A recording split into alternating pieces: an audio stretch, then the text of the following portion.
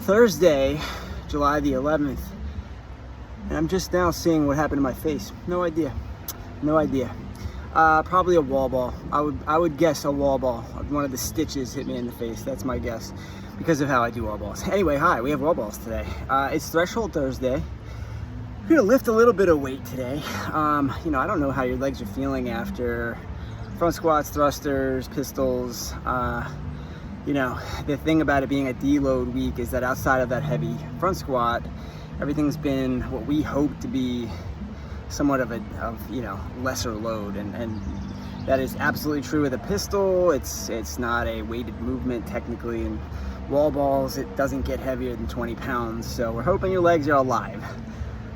If not, they're being tested. We'll do a little less legs Friday. Here's what we have today. You have 3-minute windows with a minute of rest afterwards. And in that 3-minute window, as you've grown accustomed to, there is a max effort movement. And today that max effort movement is what we'll consider an advanced gymnastic movement. And it is toes to bar. But your buy-in, in order to even get there to begin with, is 15 wall balls to depth and to target, and then 15 ball slams. Not using your med ball. We go pick up our slam ball, rubber slam ball, and do 15 of those. And then you should have time on the wall ball, or on the toes to bar. So why do we like this one? Couple reasons. I think that it's the perfect length. It's only 15 minutes, which might be a little shorter than what you've come to expect on a Thursday. We felt like it was appropriate for a few reasons today, specifically with this combination of movements and because of the heat. But with this combination of movements, we feel like 4 rounds is the most we're going to be able to go before a sudden decline in technique and capacity. So in other words, we feel like 4 was the perfect amount of rounds in order for you to continually give it your all. And what would constitute giving your all today? Well, we don't want to be, and we aren't going to be impressed by the loading of the wall ball or the slam ball today. Instead, what we feel like we would rather be impressed by is your willingness to go unbroken at them. So that is, it's never a demand. It is a recommendation that you choose a wall ball where you're going to go unbroken with depth and with target hitting, accuracy, I guess is the word. And then same thing with the ball slams. Now I don't know, some of our population have faster ball slams than others. I have kind of slow ball slams, but they're steady and I can kind of keep going for a while. And that's what we're expecting from you today. Pick up that ball, get fully extended overhead, slam it down, and don't stop until 15 is done.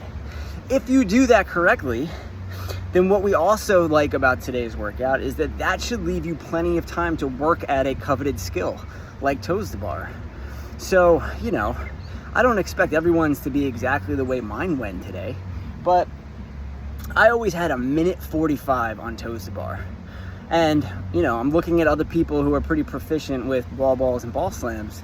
That's a long time. Like, I'm not gonna be doing an unbroken set for a minute 45. So for people who finish and have a lot of time on the toes to bar, that we like this workout because it's going to require that you be someone who can strategize. So here's how my rounds look today. I know that might look like gibberish, but in the first 2 columns or the first 2 rows, you see tally marks, and each of those tally marks represented a set of 5. And they're not arbitrary tally marks. I was literally doing sets of 5. I needed to save my hands.